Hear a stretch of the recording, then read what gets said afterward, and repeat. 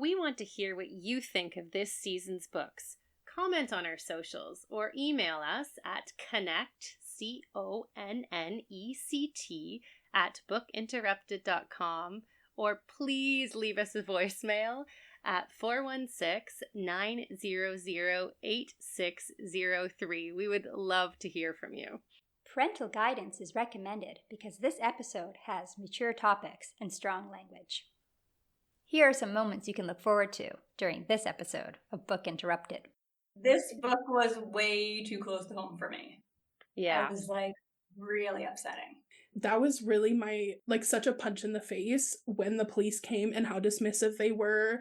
It's one of those books where you're like, you want the happy ending, but I think the point of the book is if you want the happy ending, then everyone's got to fight for that because it's not here yet. Are guys that insightful? I'm not. No, I don't mean all men, but okay, that was a generalization. Lindsay. I would go full Henrietta from The Change. I would be like, I'm going to raise my kids until they're older, and then those police officers are getting justice. Oh, we're so polite up here, and we treat everyone the same, but that's just not true. They, as a daughter, mother, were healing. That's what made it feel good. It's not all sad. A lot of it's sad. But it is, I think, ultimately, in the end, about love. Mind, body, and soul. Information is the goal. Try to learn something new without being distracted. Mind, body, and soul. Information is the goal. Try to learn something new without being disrupted. Mind, body, and soul. Inspiration is the goal. And we're gonna talk it out on Book Interrupted. Welcome to Book Interrupted, a book club for busy people to connect and one that celebrates life's interruptions. During this book cycle, we're reading Lindsay's book pick, We Rip the World Apart by Charlene Carr. In the aftermath of Karila's brother's murder by the police, her grandmother moves in, offering her a link to the Jamaican heritage she has never fully known. Despite her efforts to help them through their grief, the traumas they carry grow into a web of secrets that threaten the very family they all hold so dear. Karila, prompted by the uncertainty about the new life she carries, must come to terms with the mystery surrounding her family's past and the need to make sense of both her identity and her future. Let's listen in to this episode's group discussion. Hi, everybody. This is my book this year, which hopefully everyone likes better than my book last year. So this is We Rip the World Apart by Charlene Carr. She is a Canadian writer. She lives in Nova Scotia with her husband and daughter, and she's received grants from Arts Nova Scotia, the Canada Council for the Arts, and she's written quite a few other books. This is her 11th novel. Oh. I thought it was great to support Canadian. Also, just so everybody knows, this won't come out now, but it is, what's the day? May 25th, which is the 5-year anniversary on today of George Floyd's death. Which seems pertinent because it is referred to in this book. Mm-hmm. And if people don't know who George Floyd is, in the States, he's a Black man who a white police officer killed him on this day in 2020 by putting, I think it was his knee on his neck, and it was videoed for, I think, almost 9 minutes, I believe was the time. And people were saying, you're going to kill him, you're going to kill him. And he did kill him. He was sentenced for, don't quote me, but 20 years. For 20 years, was it? 20 years. Yeah, for 20 years. I just read an article today about how there is, I don't know if we want to get into politics on here, but there is at least one conservative politician in the States who is trying to get the police officer pardoned.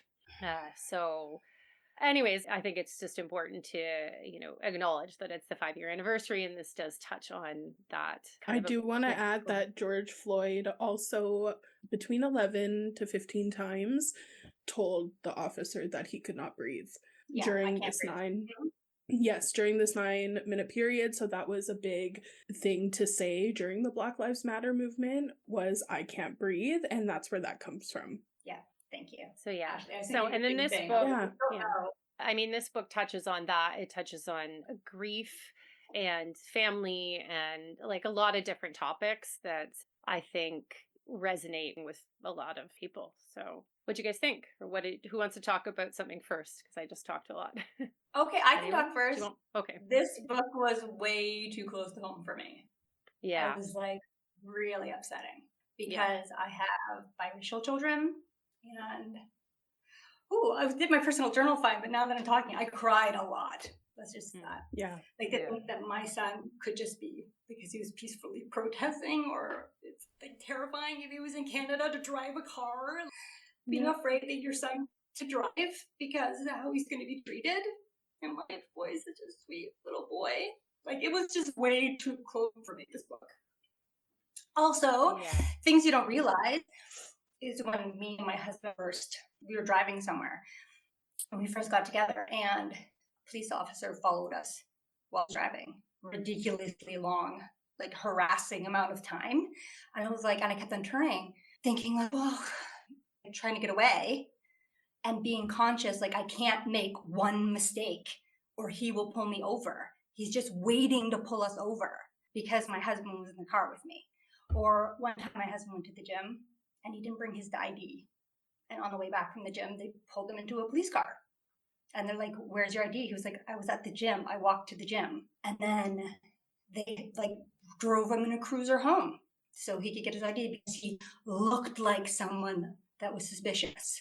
It's really, I was saying in my personal journal, I try to like think that like it's after the George Floyd. George Floyd. George Foreman does that grill. Yeah, that's George Not Floyd. the same person. Just grilling up some burgers. I was saying to my husband, my children will never go to the US. Never.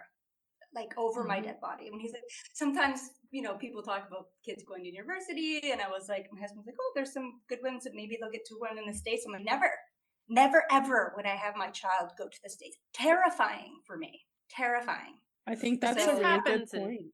And this happens in Canada. Like this book I think happens this is in part Toronto. of the point of the book is that I know. As Canadians, we look at the States and we go, well, it's not like that here. But the part of the point of the book is that, Canada has problems. We do have problems here. And some of this stuff is here. And we look at the States and go, well, we're not like that. And it's like, well, I mean, who do you want to compare yourself to? Like, until things are equal and everyone's treated the same, then we're not like, oh, we're so polite up here and we treat everyone the same, but that's just not true. It's not. In the book, just so if people have not read it, the story is that a white woman goes to Jamaica. She meets a black man, a Jamaican, and they get married and they have a kid.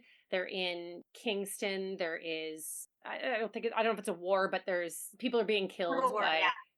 They come back and they come to Toronto. She ends up getting pregnant. I think they have an 18-year, a very long difference. The son is grown up, like maybe in his 20s, I think, at this time. I think it's around 2005 or so. The daughter is fairly young. And the son goes out and protests and speaks at a protest. Then he goes to pack up the van or something, and he's with other people, and the police come and everybody else gets to the ground, and the son says, you don't have a right to search our van, and he gets shot 4 times and is murdered. And it's the story of the family. It's kind of the story of the mother and her back then and her grieving and figuring things out, and then the daughter when she's older kind of figuring herself out. And there's other things that happen that I don't know if we want to give away about pregnancy and stuff, and about how no matter what, it seems like a few of them try to step up to say, like, we need to change this, and they're being shot down by police or coming and threatening them. Something really dramatic happens at the end that's horrifying. That's kind of the story of the book. And I think it's also about love and their family and grieving, and there's a lot of stuff in there it's not all sad. A lot of it's sad, but it is, I think, ultimately in the end about love in my mind. And like how the different members of the family deal with how things are. Are you going to fight against injustice, or are you going to try to be your best self and hope that you're recognized for being the best. Do it that way. And the struggles, all those things, like how it's always front of mind. The race thing is always front of mind for lots of interactions they have with other people, whether they're friends or work colleagues or strangers or anything, and how it kind of is inherent in their lives as well. I do want to mention that, which this still happens so commonly, is that when the son is murdered earlier on in like a 2005, his murder is really swept under the rug and no one has any details about it. Even later on, when they do kind of get some details, they even talk about how they really tried to downplay the police involvement and why he was shot and try and blame it on him. And speaking of George Floyd, like that's exactly what was happening, and it was really disheartening to read it because as like someone who's indigenous, I know, and I'm white passing, so growing up I was not scared of the police. I always viewed them as they're going to come and they're going to fix the problem. And that's that. And when I started leaning more into my culture and making friends with people of color, I didn't understand why they didn't want to call the police. There were a few instances where we had to call the police. My one friend had a panic attack and they were like, "You need to be here, please. Like, they're not going to believe me." I was really rude. I was like, "What are you talking about? They're going to come here, they're going to take your statement, they're going to investigate this, and it's going to get figured out." That was really like such a punch in the face when the police came and how dismissive they were. And that's when I really started to kind of change that shift in my mind that maybe they aren't here to protect people. They're here kind of for, I don't want to say like a white supremacist type of society, but that really is a lot of what the police are fighting for. And I think I'm just kind of rambling on, but it really was like so hard to read. Parts of this book, I could only read a chapter or two at a time. I was getting so mad, not so much at the storytelling, but so mad at the society to read that we're still in the same society and this is happening and it happens to so many people and things are not changing and they're not changing quick enough and people are still dying because of this and just how much hate people have. I don't understand it. It's just a hard read emotionally, I think. I agree. It was really hard. Yeah, sorry, Sarah. I didn't actually know. My mom gave me this book and she said it's an important book and, really think about being in, Toronto and how this stuff's happening and whatever. And then I read it and I was like, oh, this is going to be really hard for Sarah. Being basically like telling the story of a white woman with a black man and 3 kids. Well, you have 3. She has 2. I related to Evelyn a lot. Let's just say that. A lot. Like even her when she went to Jamaica and she's like, finally I feel safe. I love it here. That's how I felt with Senegal. Like I just kept on thinking in the book, like, go back to Jamaica. Just go back to Jamaica. And I don't know why they went to Nova Scotia. Like all of it. I'm like, no one's handling it. But it was dangerous. That's why. But not after her son died though. They left at that time because there was a civil war. But also, his sister got murdered during that war. Like, it's hard, but I still would have gone back. Right, there's a lot of pain there as well, right? Because they lost so many people. And they kept on trying to make it and just like, oh, just work harder. And it's kind of the dream they're sold is you come to North America and you're gonna work hard and live the American dream. And I know this is based in Canada, but really even, freedom of speech, we're so free here.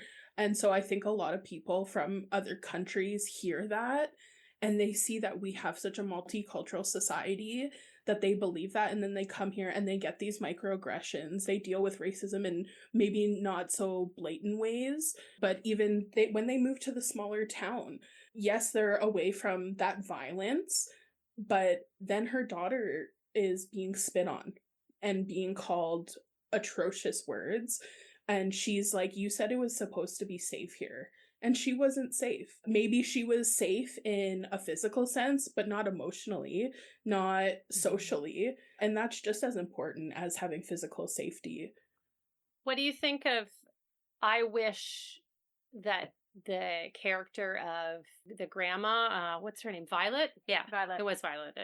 I wish that she was more full as a character. I don't know if you felt Like she that. wasn't as developed, I Yeah, felt. developed. Yeah. Like I feel like she wasn't as developed, and I think there's stuff about the book. I didn't like the ending very much, and I think that there's stuff about the book. Like it's such an important but story to talk about in the other way, but I think the book itself, I didn't necessarily love the Evelyn character at the end either. I know she was trying and like, but the way that she handled it obviously must have been horrific for that mother to go through all of those things, but at the same time I wish she'd just grabbed her daughter, given her the thing that the daughter needed. So It was I interesting Hard. to hear Hard. the mother talk about how she had to check out for herself. She had to distance herself because she felt she couldn't allow herself to love someone so much to potentially lose them.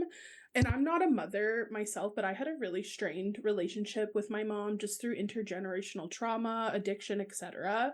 And one thing my aunt, so my mom's sister, always told me is like, your mom, she loves you so much, but she has gone through so much too. And being a kid, that's so hard to hear, right? You're like, okay, cool. I'm going through stuff now because of her. So there are some days where I want to check out, and I can because I don't have anyone to take care of. I don't have anyone that needs me to live. I can't imagine how hard that is for a caretaker or a guardian to have horrible things happen or really emotional things happen and to still have to pick yourself up and give to other people. So that was really eye-opening to read through the mother's perspective as well as the daughter's, because I felt related to the daughter. But I'm sure if my mom read this, she would relate to the mom. So I liked both the stories. It's so complicated, but I think it told both sides well. Yeah, I think so too. Like, I think that Evelyn had just been through so much. Her father was abusive. Her mom ended up checking out because he was so abusive. Everyone turned a blind eye to that. Then she moves to Jamaica, finally finds her peace, and then her sister-in-law gets murdered. They have to leave because of an intruder. And then she comes back, then her son is murdered. And then by the police threaten her. She can't get justice, even though her best friend's or husband's a lawyer. No one will help her. Then she finally feels like things are going to turn around, and then I'm just going to spoil it, then she's sexually abused because, like, it's just like, I can understand her being like, I just keep on trying, and pulling her husband out of his funk. Like, she's like, I'm just going to keep on trying. And then she's just like, now I'm done. I'm not going to try anymore. I give up. But this book made me go to a really dark place. So by the time Evelyn, even before she got abused, I was like, I would Henrietta those police officers. I would go full Henrietta from The Change. Absolutely. I would be like, I'm going to raise my kids until they're older, and then those police officers are getting justice. And I don't care Yeah, if I they're go to gone. jail, but I'm going to spend my time studying herbs, and I'm going to take them out. They're going to die. One day they're going to die.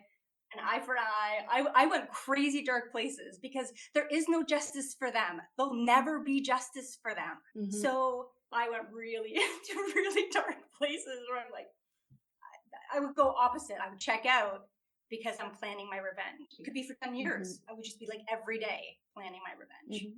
And the reason that, like, I mean, the reason, but it just, like, sucks that she's trying to, like, protect her children from the world. I mean, from Canada, I guess, from everybody else here, or violence back in Jamaica, everything. And then when she finally, like, her daughter's like, I remember my mom stood up for me, and it was such a powerful thing for the daughter. That was kind of the thing that was the chain reaction that made these guys, I'm not going to say made these guys do those things, but they were reacting to that because it was about power. You know what I mean? Like, she stood up for her daughter. Her daughter was so proud and was like, saw this woman that she finally maybe found her voice in this small town, and she's protecting her daughter and she's turning things around. And just like those pieces of shit, why can't they just let other people live?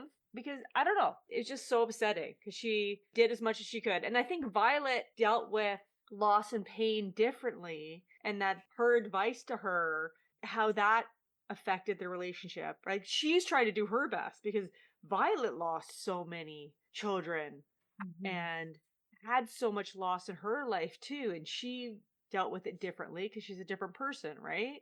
It's one of those books where you're like, you want the happy ending, but I think the point of the book is if you want the happy ending, then everyone's got to fight for that because it's not here yet.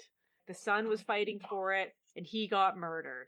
And then the family tried to lay low and they still were the victims of violence. And then, the daughter had to try to come to terms with whether she should fight or be quiet.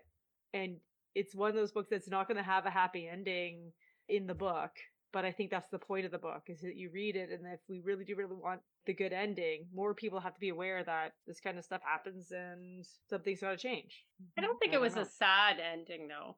They survived in their way, and maybe things did get a little bit better. The truth, though, like all the hiding, did make things worse. So it was nice that some truth came out, and they finally opened up instead of trying to protect people by keeping them in the dark, like that doesn't help. They're healing. I agree. The end of the book was like everyone is actually healing.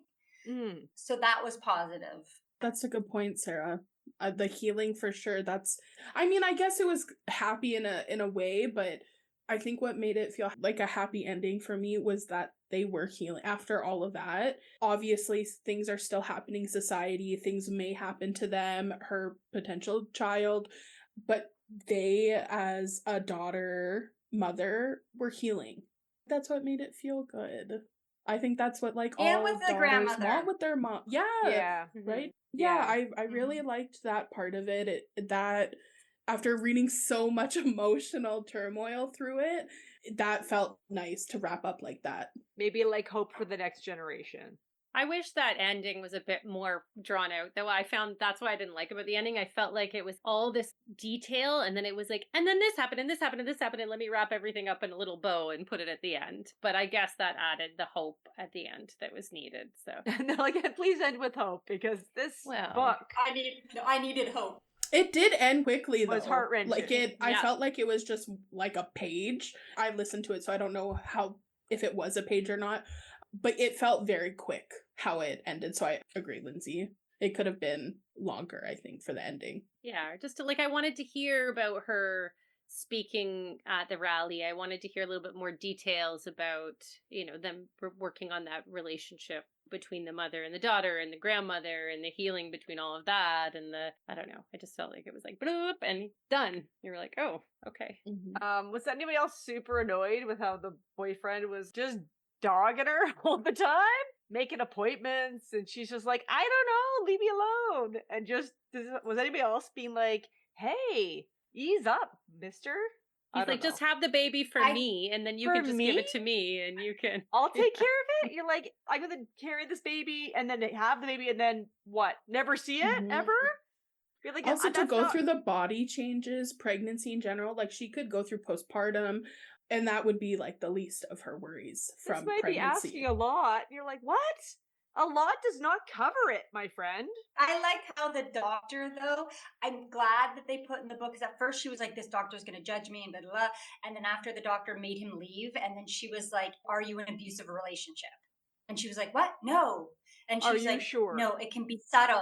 Yeah, this can be subtle because he seems like he's pressuring you. And she's like, no. But at least it made her think differently, being like, well, he is pressuring me. Right.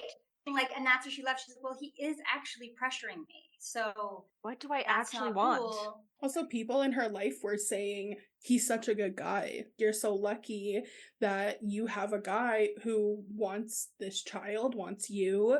Like, that's kind of the dream, right? Is you find a nice guy, you get pregnant, they really are excited for it, they want it too. But it was absolutely pressuring her and not taking into consideration the changes that women go through during pregnancy. That is a complete whole body change. That's a mental change. And then to also just be like, also, if you don't want it, give up your child and I'll take it. That doesn't come with no consequences. Right? I think it also, he was being really pushy and I was so annoyed with him. I was like, leave this guy. But it really helped with her. At the same time, she's realizing how much masking she was practicing in her life. Was she ever being her genuine self? with whoever, right? Like, am I being genuine with Anyone. this person? Anybody. And not just because she's a biracial woman, either hanging out with her black friends or her white friends and kind of feeling in between there for different reasons, or because her brother was murdered and there was expectations about trying to hold the family together at a very young age and pretending like things were okay. So she wanted her parents to be okay. So all that trauma also like had another layer of masking that I think also, like you were saying at the end, where she's healing, she's trying to figure out how to unmask and relearn that relationship. And it was hard, right? Because she kind of took on the role of caretaker of her parents' feelings just to survive. So it was interesting that they made the boyfriend like that in a way, because he really helped her be like, who am I? Anyway, he drove me, his pushiness was like, I was surprised that she didn't just like leave right away. I was like, get out of there the whole time. I was like, get out of there. He's Yeah. not helping, but Yeah, but if you love someone, right? that's part of the character development, though. She's trying to figure out, like, wait a minute, why am I here and what do I actually really want? And do I want him or do I not? I mean, it was nice that it raised that question because he's choosing the baby, and does he really actually want me or not? You know?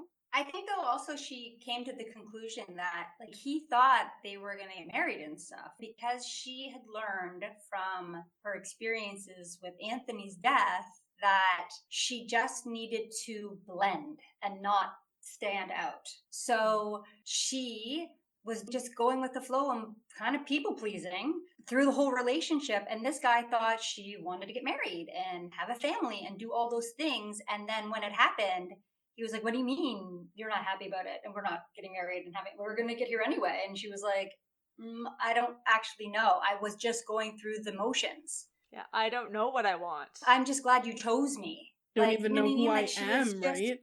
Yeah, I don't know how to tell what my needs are or my wants are. I just want to not feel in danger.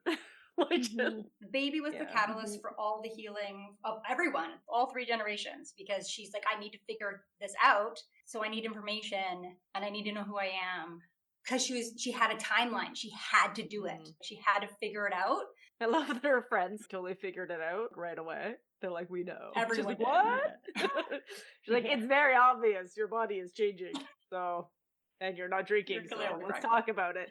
I liked her friend a lot. Her friend was a very good friend. I don't judge. Let's talk about this, right? I do like that you guys brought up how she felt like she was masking, especially to her partner, because that was something I wanted to ask you guys. Do you think he actually loved her, or do you think he loved the masking? Because her friend kind of saw through the bullshit.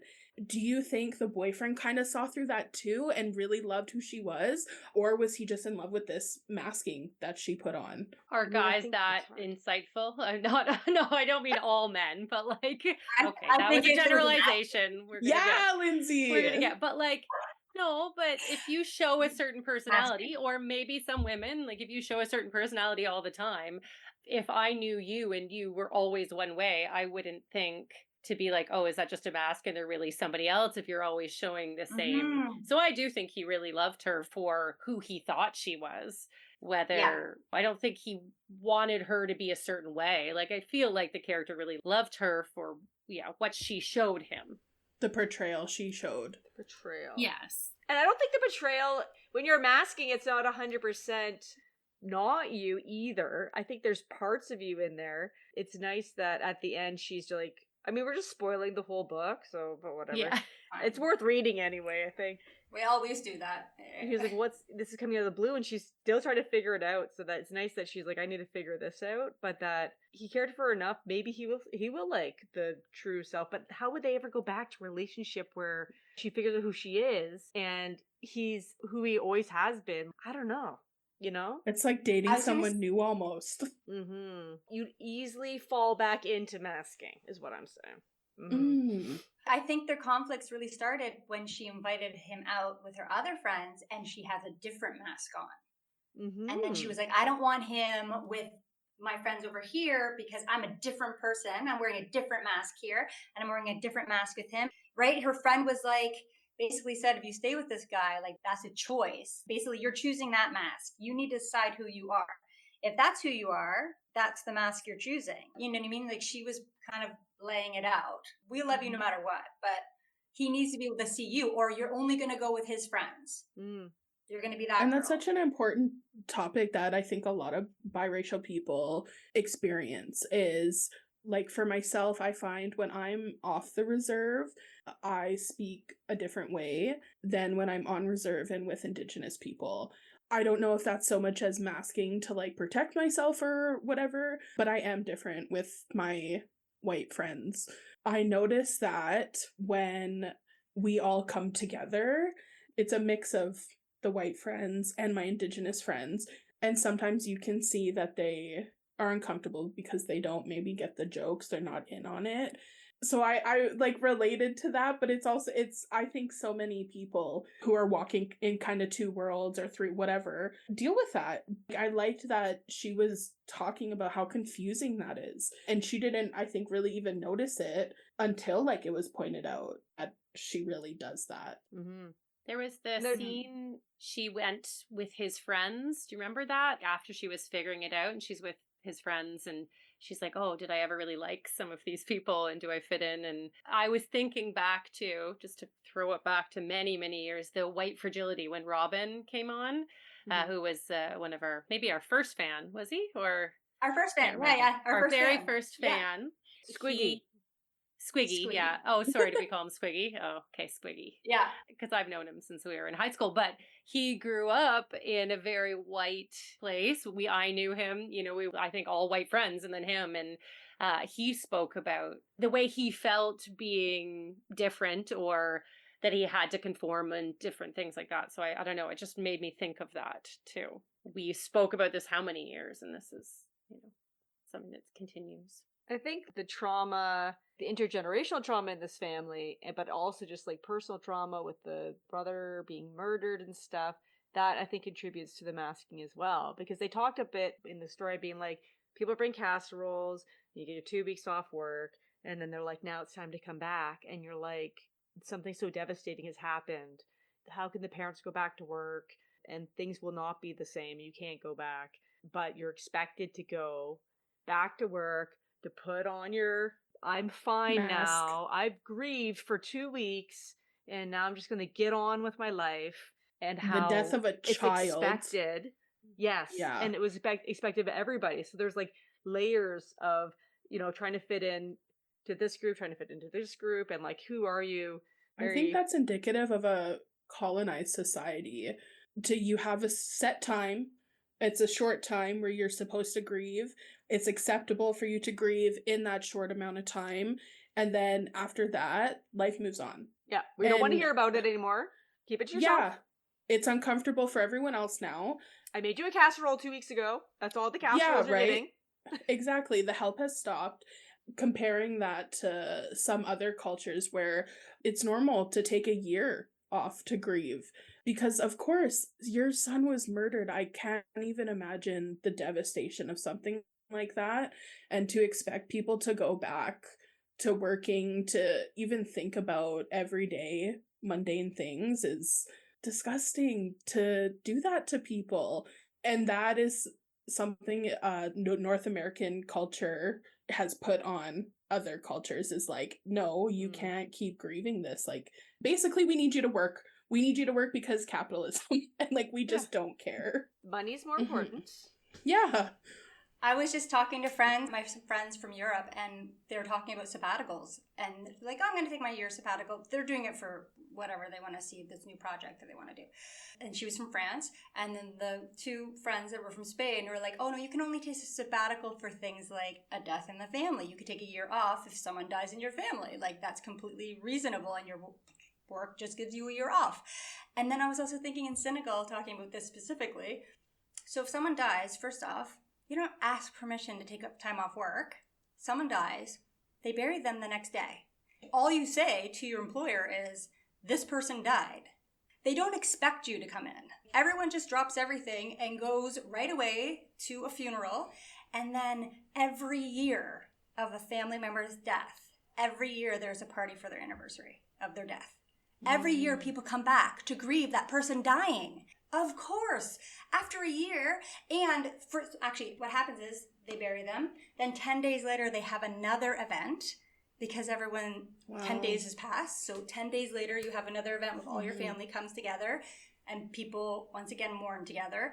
And then every year to the end of time, like Mamadou's family still mourns his dad's death. And it was, I don't know, 30 years ago every year. That's really beautiful. Right? And in Canadian societies, 2 weeks, get back to work. You know, like no wonder people have such a hard time mourning. Seriously. Because you're not supposed to. Also, the idea that like the people don't want to hear about it anymore. You should be talking about the people that you miss to remember It's them like too, taboo right? to talk about people Right? who have died. And be like, It's Or people even are so uncomfortable with death.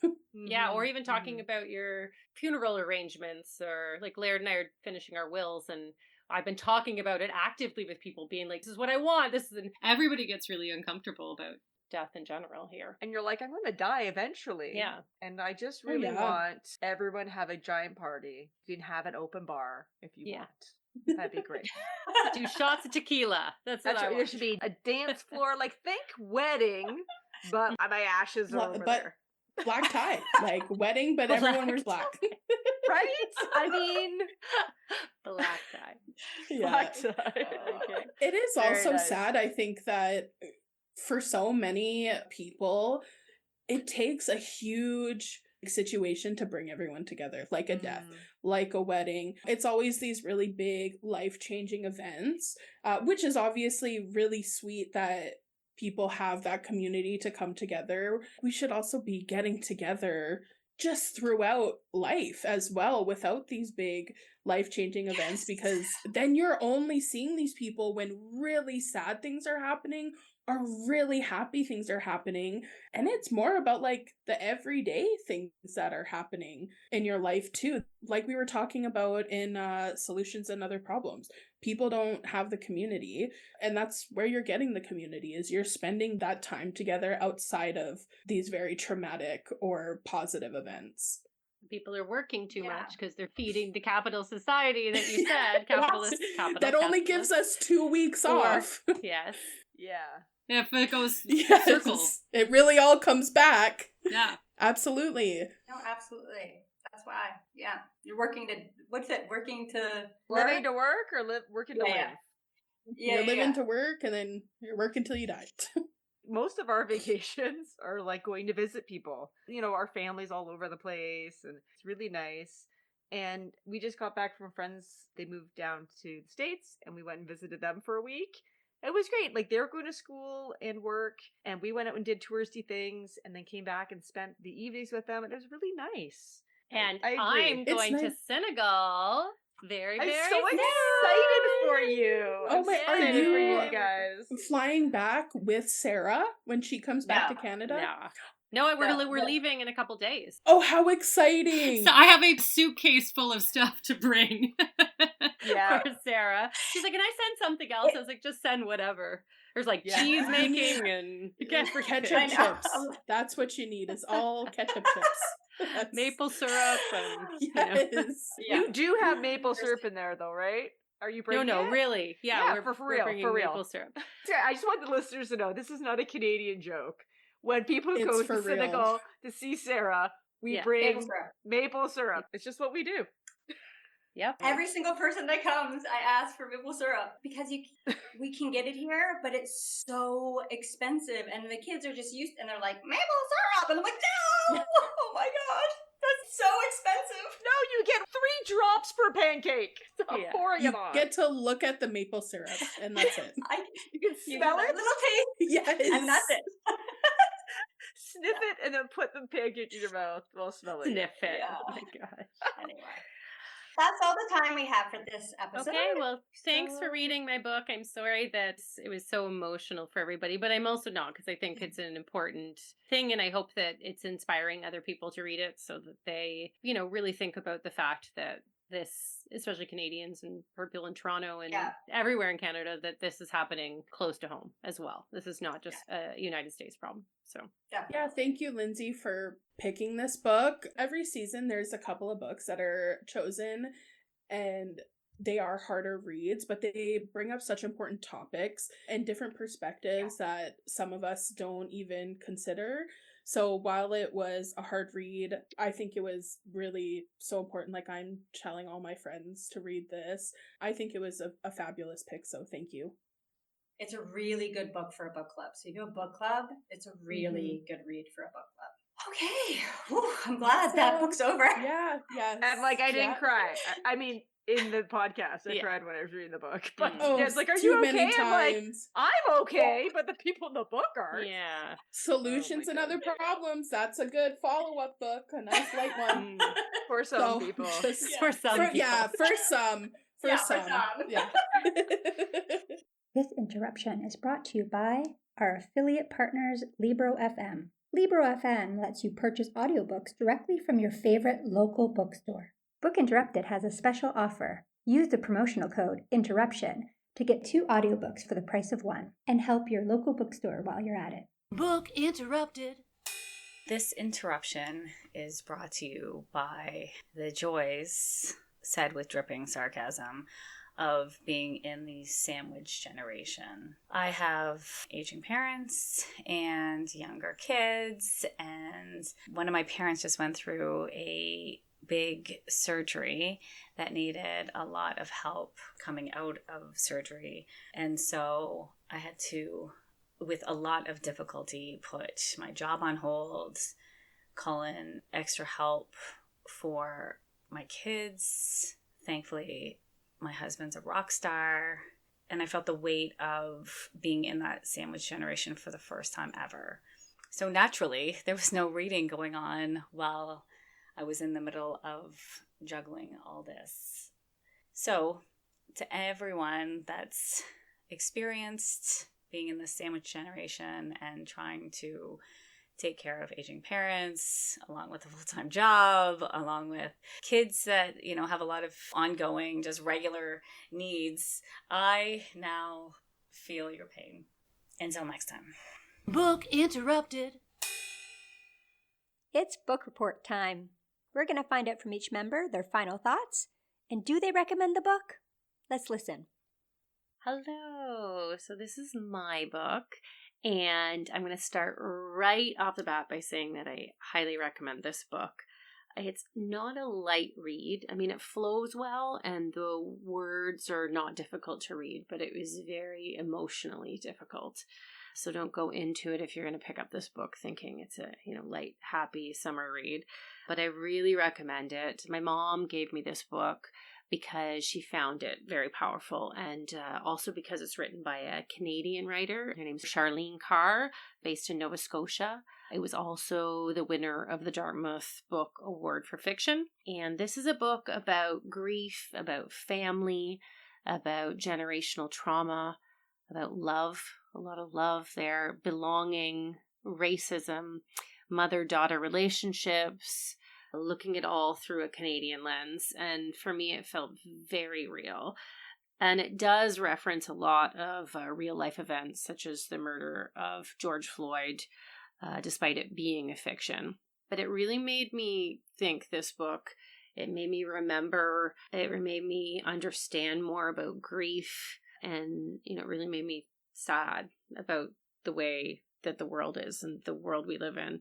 I liked the first 3/4 of the book better than the last, the ending. I felt like it wasn't really as thought out, the ending, and that it wrapped up a bit too neatly. And I really wanted Violet's character to be more fleshed out. Besides that, it was definitely a book worth reading for everybody, I think. Charlene Carr also wrote a book called Hold My Girl, which my mom says is also really, really good, about 2 women whose eggs are switched during IVF. Any of you who have been listening to podcasts for a while know that's a little too close to home for me, so I will not be reading this book. But I'd love it if any of our listeners or the other Book Interrupted gals are gonna read the book. I'd love to hear what you think of it. So let me know. You can put it on our socials or email or if it's the girls from the book Interrupted, then send me a message. All right, that's it. Well, thanks for listening and reading my book, We Rip the World Apart. Okay, so this is my book report for Lindsay's book pick. We Rip the World Apart.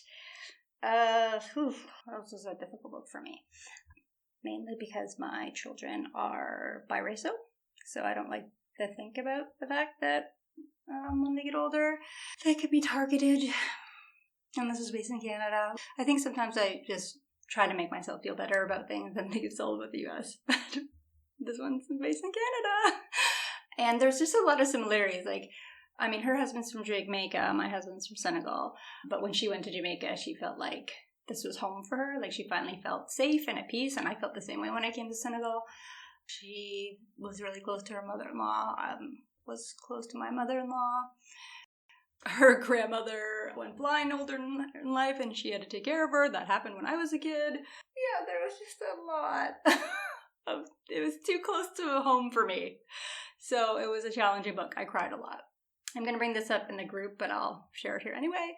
I just kept on thinking, like, why didn't they just move back to Jamaica? Like, I know they moved to Nova Scotia, whatever, but why would I move back to Jamaica? Like, the civil unrest was done. Anyway, that's what I would have done. And then also I thought, because she's just trying to get justice, and they couldn't get any justice, and I just kept on thinking about Harriet from The Change, and how I would just go hardcore Harriet if I was in Evelyn's, I think it's Evelyn's position. I would be like, I'm taking care of my kids, and then some people are getting some nature's little helpers. Get rid of all these evil people! Like, that police officer, part of me I had little fantasies in my mind, being like, you don't know who you're messing with. Revenge fantasies, that's what I had. I think I'd go crazy. I literally think I'd go crazy. So, it took me to a very dark place, let's just say that. Anyway, and also it was hard how she was like, didn't feel like she belonged anywhere. I just hope my kids don't feel that way. Makes me worried a little bit. I guess it's a different time, though. She was born. Her parents had her probably in the 80s or something like that. It was a bit of a different time, but still. Anyway, this hit a little bit too close to home for me, and I listened to both the audiobook and reading the book because I need to just get through it, to be quite honest. Yeah, but I think it'd make a good topic for a book club. So that's something. Okay, bye. This is Ashley with my personal journal for We Rip the World Apart. This was one of the heaviest books that I have read, and it was really hard to get through. I had to stop multiple times. Usually I could only get through 1 or 2 chapters because of how upset, both feelings of anger and sadness, hurt, distrust. A lot of feelings came up reading this book, and honestly, I felt mad sometimes at the main mother in the book. I thought she wasn't there for her daughter or her family in the way that she needed to, but I think the explanation of the mother's point of view and the daughter's point of view was a really smart storytelling choice. I think it made me, at the end, sympathize with the mom, especially not being a mother. I see it as so black and white. If you have a child, you are there for that child no matter what. But I can't imagine having days where I want to crash out, give up, and just isolate, and also having to take care of someone. So I can't relate in that aspect, and I think this book really put into light how hard it is to be a parent, a mother, especially, and having to kind of walk in those shoes. This book brings up a really good chance for uncomfortable topics to be discussed, and I think it's a good retelling of not only past but current issues that we're facing. We are still facing issues with Black Lives Matter, and that is so devastating, but the book really shows that you can either be compliant and nothing will change, or you can actively try to change it. And it is so powerful that there are people out there who will put their lives on the line to help bring change to the future. And the way that this book ended was feel good for me. I felt like I wanted that with my mom. I wanted to find out that I was pregnant and that I would raise that child with my mom. I think that would be so healing for both of us. But yeah, overall, this was a very hard to read, sad book, but one of the greatest books topic-wise that I have read and that I think have been on this podcast. So if you get the chance to read it, I would 100% recommend. Yeah, thank you so much, Lindsay, for choosing such a great book to talk about.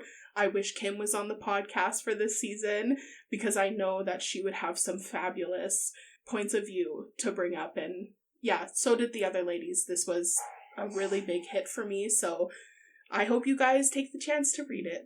Thank you. Emily Carr's book, We Rip the World Apart. It was a very good read. It was an emotional read. I think in some ways is a difficult book to talk about, not just because of all the bad things that are happening in the book, but the author does a good job of demonstrating that when it comes to systemic racism, it can be very hard for anybody to talk about it.